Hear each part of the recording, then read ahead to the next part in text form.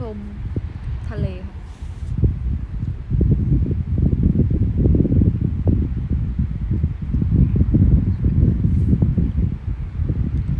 มองไปที่ไหนก็สวยมากเลย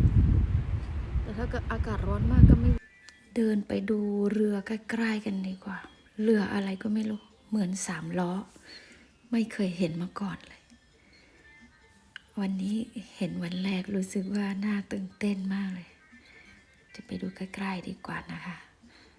ตามมาดูด้วยกันนะคะเพื่อนๆเรืออะไร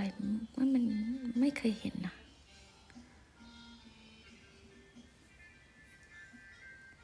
ตรวจสอบนิดนึงนะเหมือน3 ล้อนะคะ